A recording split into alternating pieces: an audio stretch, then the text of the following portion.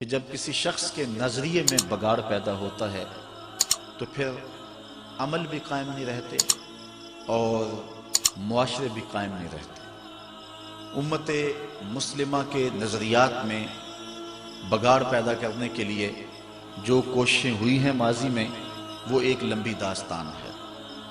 بر صغیر پاک و ہند میں ایسٹ انڈیا کمپنی کی آمد کے بعد یہاں جس طرح فرقہ بندی کی بنیاد رکھی گئی اور امت مسلمہ کو ہندوستان میں تقسیم کیا گیا، اور لارنس آف عربیہ کی خلیج اور دیگر ممالک میں آمد کے بعد جس طرح کے فتنہ بپا کر دیا گیا، آج امت گروہ در گروہ اور فرقہ در فرقہ، تقسیم در تقسیم کے عمل سے گزر رہی ہے، اور ہر شخص اسلام نہیں بلکہ اپنے فرقے کا جھنڈا اٹھا کر کے دنیا کے اوپر پنپنے کی کوشش کر رہا ہے۔ اس حوالے سے ایک طویل اور لمبی بحث بھی ہو سکتی ہے، لیکن اصلاح عقیدہ کے عنوان سے میں دو چار باتیں عرض کر کے آپ سے اجازت چاہوں گا اور بات آگے بڑھا دوں گا۔ ایک عام آدمی تو پریشان ہے کہ میں جاؤں تو کدھر جاؤں۔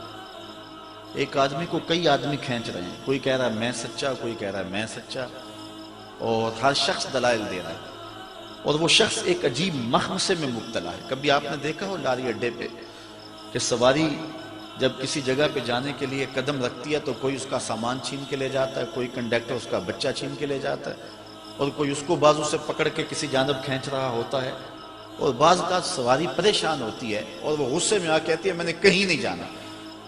تو عجیب وہ مخمصے میں مبتلا ہوتی ہے کہ میں جو ہے وہ کس کے ساتھ جاؤں۔ آج کل فرقہ بازوں نے بھی یوں سلسلہ کیا ہوا ہے کہ وہ لوگوں کو پریشان کر رہے ہیں، اور بہت سارے لوگ ہیں کہ جو مذہب سے بیزار ہو جاتے ہیں، وہ کہتے ہیں سارے جھوٹے ہیں۔ وہ ایک طبقہ ایسا بھی ہے جو کہتے ہیں کہ جی سارے سچے ہیں، حالانکہ یہ بھی درست نہیں ہے، یہ بات معقول نہیں ہے کہ سب سچے ہوں، اور یہ بھی درست نہیں ہے کہ سب جھوٹے ہوں۔ ہم نے خیر کو اور حق کو تلاش کرنا ہے، اور ہم نے ڈھونڈنا ہے کہ اچھائی اور خیر اور بھلائی کہاں ہے، اور ڈھونڈنے کے لیے آسان طریقہ ہے کہ ہم حضور علیہ السلام کے دور کو دیکھیں اور حضور کے زمانے کو دیکھیں۔ میرا ایک درویش سا دوست ہے، اس کو کسی نے پوچھا کہ جناب آپ کا مذہب کیا ہے، تو اس نے کہا کہ میرا وہی مذہب ہے جو میرے والدین کا مذہب تھا۔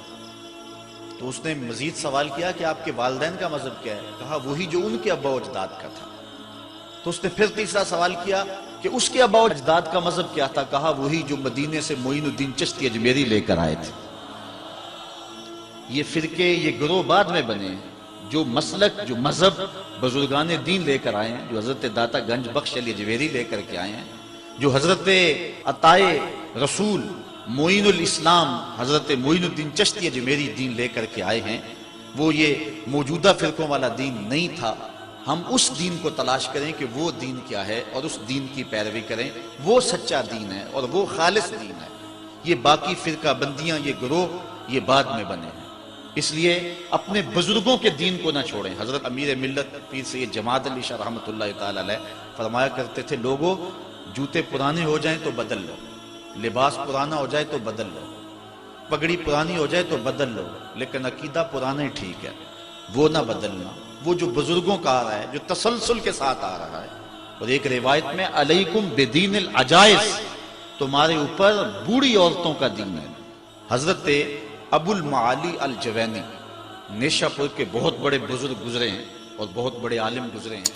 جب آپ کا آخری وقت آیا تو آپ نے فرمایا کہ لوگو تم گواہ بن جاؤ، میں عقائد اور نظریات کی لمبی بحث سے تنگ آ کر کے آنا اموتو علی عقیدت عجائز اہل نیسابور، میں نیساپور یعنی نیشا پور کی بوڑھی عورتوں کے دین پہ مر رہا ہوں۔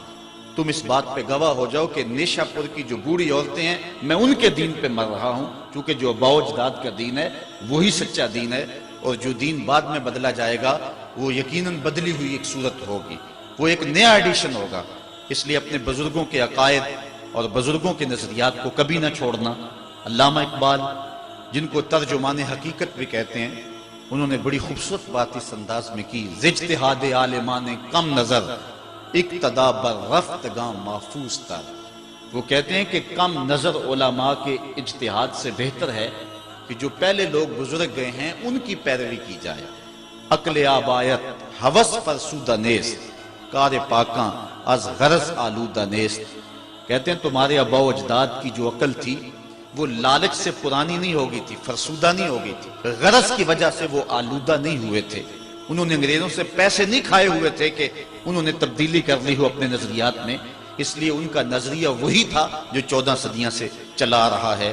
ذوق جعفر کاوش رازی نمان، آبروئے ملت تازی نمان، تنگ برما رہ گزارے دی شدے، ہر لئی میں رازدار دی شدے۔ آج ہر کمینہ شخص دین کا رازدار بن کے بیٹھ گیا ہے۔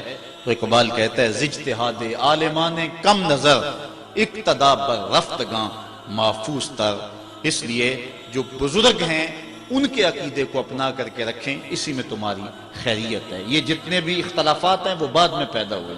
حضرت شیخ عبدالحق محدث دہلوی بڑی خوبصورت بات کی مدارج النبوت میں لکھتے ہیں، اللہ کا شکر ہے بہت امور میں اختلاف پایا جاتا ہے، کم از کم میرے دور میں حضور علیہ السلام کی حیات طیبہ پر تو کوئی اختلاف موجود نہیں ہے۔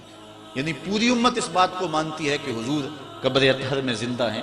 تو کہتے ہیں امت میں بڑے اختلافات ہو گئے ہیں لیکن ابھی تک یہ اختلاف نہیں ہوا، تو اس کا مطلب یہ ہے کہ اب اس عنوان سے بھی جو اختلاف پایا جاتا ہے تو یہ حضرت شیخ عبدالحق محدث دہلوی کے بعد پیدا ہوا ہے، ان کے زمانے تک یہ اختلاف بھی موجود نہیں تھا، اس لیے بعد میں اختلافات پیدا ہوئے اور امت کو جو ہے وہ گروہ در گروہ تقسیم کر دیا گیا۔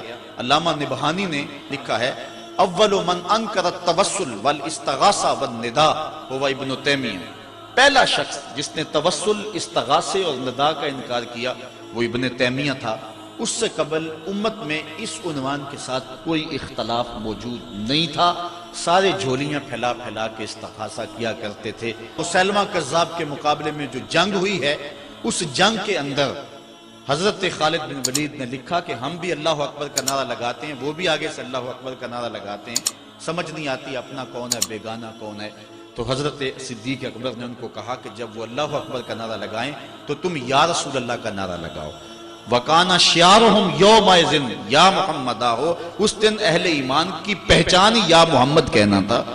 اس لیے ہم اپنے آباء و اجداد کے دین کو دیکھیں اور نئے نئے ادیان اور نئے نئے رنگ نہ اپنائیں کہ بعد میں آج اگر ہمیں یہ تبدیلی کرنی پڑ گئی ہے کچھ لوگوں کو کہ وہ نماز کے اندر ربنا اغفر لی ولوالدی نہیں پڑھتے کہ ہمارے والدین کے عقائد ٹھیک نہیں تھے، ان کے لیے دعا نہیں ہو سکتی، تو اگر کل اسلام کا کوئی اور نیا ایڈیشن آ جاتا ہے تو پھر تمہاری اولادوں کو جو ہے کوئی اور تبدیلی لانا پڑے گی اور ان کے نزدیک تم بھی کافر ہو جاؤ گے۔ اس لیے اللہ کا خوف کرو اور جو بزرگوں کے عقائد چلے آ رہے ہیں ان کے اندر تبدیلی نہ کرو۔ کچھ لوگوں نے امت مسلمہ کے اندر بگاڑ پیدا کرنے کے لیے امت کو فرقہ فرقہ کر دیا، پہلے فرقہ فرقہ کیا، پھر ان کو جو ہے وہ تشدد پہ ابھارا، پھر ان کے ہاتھوں کے اندر اسلحہ دیا، اور آج یہ ہے کہ ایک مسلمان دوسرے کا گلا کاٹ رہا ہے۔ امت مصطفیہ آپس میں دست و گریبان ہے، چھوڑ کے آپ کا دامن رحمت، آقا ہم سے بھول ہوئی، کھو دی اپنی قدر و قیمت، آقا ہم سے بھول ہوئی، دیکھ ہماری آنکھ مچولی، اپنے سینے اپنی گولی، بھول گئے ہم درس اخوت، آقا ہم سے بھول ہوئی، بن گئے سیم و زر کے بندے، تن کے ستھرے من کے گندے، لٹ گئی ہم سے فقر کی دولت، آقا ہم سے بھول ہوئی۔ اب بھی حضور کی دہلیز پہ آ جائیں اور عرض کریں کہ دنیا کے ٹھکرائے ہوئے ہیں، تیرے در پہ آئے ہوئے ہیں، کھول دے اپنا دامن رحمت، آقا ہم سے بھول ہوئی۔ تو عقیدے کی بنیاد اپنے بزرگوں کے عقائد کو رکھیں، سارے مسائل حل ہو جائیں گے، ورنہ قیل اقوال، دلائل، مناظرے، اس سے جو ہے وہ نتائج نہیں ملیں گے۔ جو بزرگوں کے عقائد تھے، آباء و اجداد کے عقائد تھے، وہی عقائد رکھیں اور